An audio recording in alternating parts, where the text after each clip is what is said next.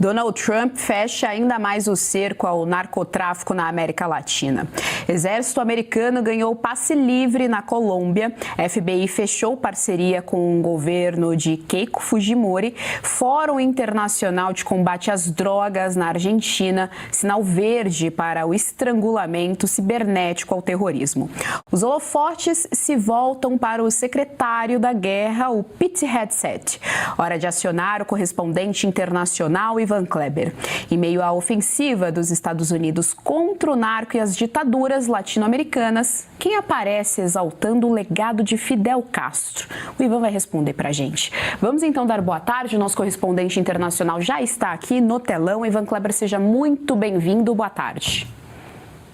Boa tarde, Geisiane. Uma saudação especial a vocês, colegas de bancada aqui, principalmente a toda a nossa audiência. Olha, muita coisa aconteceu desde ontem à noite, várias medidas aí do governo americano na América Latina que indicam a sua real intenção, mais do que intenção agora, de detonar com o narcotráfico na América Latina e os narcoterroristas. Vamos trazer aqui atualizações importantes. As imagens que nós estamos vendo agora na tela são do momento da assinatura, da oficialização da entrada da Colômbia no Escudo das Américas, e em base a esse tratado, a Colômbia permitirá que tropas americanas entrem na Colômbia para combater junto com o exército colombiano a presença do narcotráfico na região. Isso é histórico e realmente demonstra como o presidente de la Espriella da Colômbia está trabalhando com afinco para combater o narcotráfico. Horas depois, o secretário de guerra, Pete Hegseth, ele embarcou em direção ao Panamá, justamente aí nessas imagens que nós estamos acompanhando, junto com os militares americanos ali na floresta. Ele fez um discurso e disse que a opção militar para derrubar o regime cubano está na mesa. Agora, atenção, quando um secretário de guerra como o Pete Hegseth faz uma declaração como essa, é como se ele estivesse mandando um recado. Presidente Trump, estamos prontos, só aguardando a sua ordem. Então, são duas movimentações militares extremamente importantes que não param por aí, Geisiane. Como você bem informou, o governo do Peru também, recém-impossado de Keiko Fujimori, assinou uma parceria com o FBI. Portanto, a agência americana trabalhará dentro do país, dentro do Peru, para combater também o narcotráfico, colaborando com as autoridades peruanas no compartilhamento de informação, tecnologia, treinamento, tudo que for necessário que o FBI poderá compartilhar com as autoridades peruanas estão à disposição.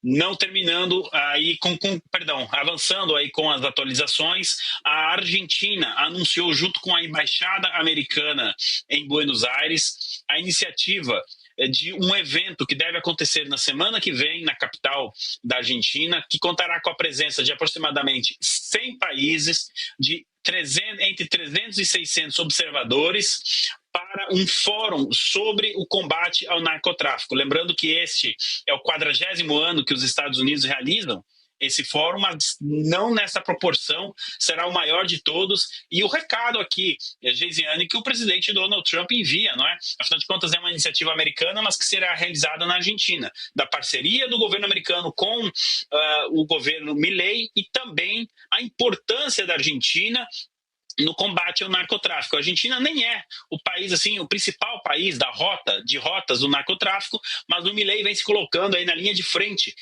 do Escudo das Américas para colaborar com os Estados Unidos nessa iniciativa. Então, o mundo estará em Buenos Aires na semana que vem para combater o narcotráfico.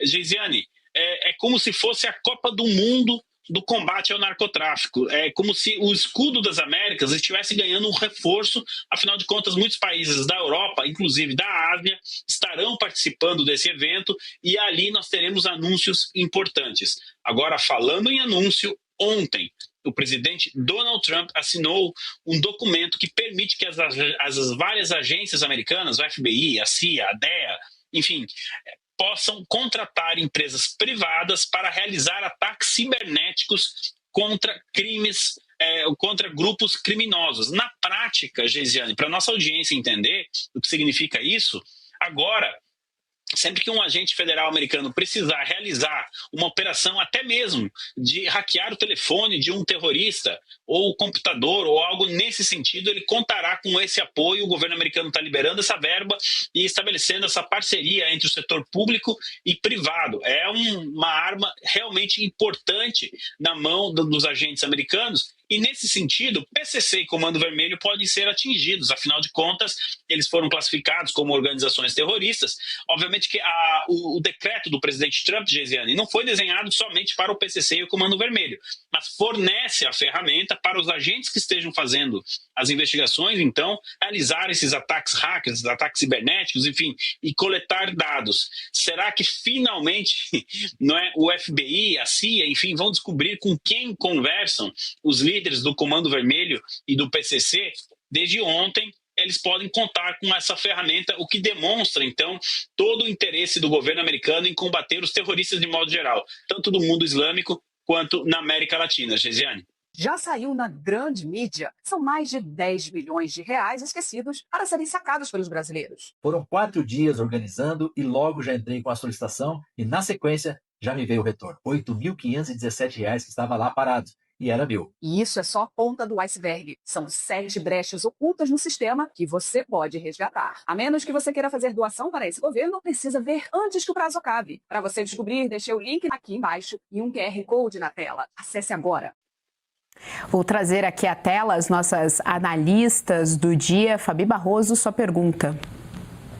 Tarde, Ivan, seja bem-vindo. Vou juntar a última frase que você falou aí. Nós tivemos a Dilma, né, à frente do Banco dos BRICS, dizendo que quer emprestar dinheiro ao Irã. O Irã, ele não está formalmente no BRICS, mas a gente já entendeu também que ele precisa aí desse financiamento, mas é o Irã que financia terrorismo. E os Estados Unidos equiparou terrorismo ao narcotráfico, né, ao narconegócio. Então, eu fiz essa volta toda para dizer que o Brasil, além de não participar, né, de todo esse combate à narcoditadura, narcoterrorismo na nossa América do Sul, também, né, e além de estar patrocinando ou querendo investir dinheiro do outro lado, justamente no inimigo público e declarado que hoje, né, atualmente, nesse exato momento, os Estados Unidos está em guerra. Perfeito, doutora Fabiana. Olha, boa tarde, antes de mais nada, né? A Dilma Rousseff, ontem, ela voltou aí a ocupar o noticiário e ela coloca o nome dela diretamente aí na lista de possíveis sancionados do governo americano no futuro breve. Por duas questões. A primeira delas, essas imagens que nós estamos vendo agora, ela é de um vídeo que ela gravou em homenagem a Fidel Castro, inclusive chamando Fidel Castro de comandante e dizendo que na juventude dela, quando ela era jovem, na militância, o Fidel Castro era uma espécie de exemplo, era como um guia para ela. E ela fala da humanidade, inclusive, de Fidel Castro, em uma clara provocação ao secretário de Estado Marco Rubio, que recentemente, né, foi chamado pelo Lula de latino frustrado. Então, a Dilma, ela faz essas declarações que, olha só, a doutora Fabiana, a embaixada cubana no Brasil fez uma publicação agradecendo a Dilma Rousseff pelo vídeo. Agora, o outro ponto, ontem, como eu disse, ela resolveu aparecer no noticiário. Ela esteve reunida com o chefe do Banco Central do Irã. O Irã quer entrar, não é, na iniciativa do Banco do BRICS. Ela participou dessa reunião. Essa pessoa não é sancionada pelos Estados Unidos, mas as entidades que ele dirige lá no Irã são. E a Dilma Rousseff esteve à mesa aí, nós temos a imagem, com esse senhor iraniano. O que, como você bem disse, as acusações americanas, inclusive isso foi para a mesa de negociação entre os Estados Unidos e o Irã, são de que o Irã fornece apoio logístico, militar e financeiro a vários grupos terroristas, no momento em que combater o terrorismo é uma das prioridades dos Estados Unidos. E aí, obviamente, que levanta-se o questionamento. O Irã terá acesso a esse banco e vai continuar fornecendo esse apoio financeiro aos grupos terroristas?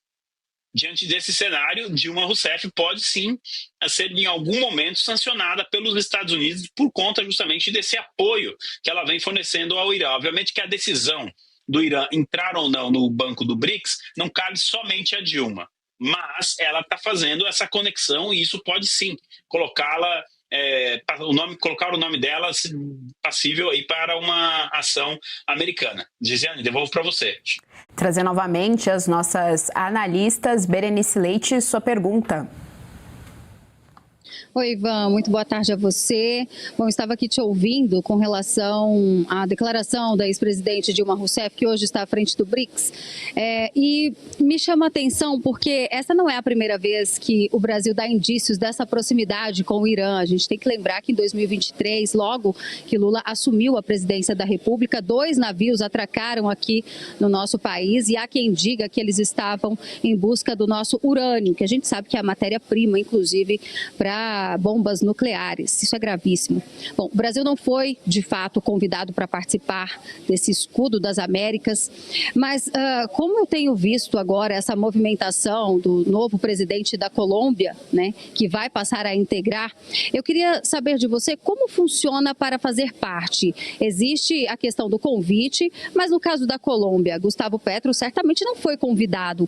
E no Brasil, havendo uma alternância de poder, o presidente que seja o opositor, o principal opositor de Lula, no caso Flávio Bolsonaro, ele pode fazer como o Espriedia, então, e se disponibilizar, ou já havia um convite para a Colômbia participar desse escudo?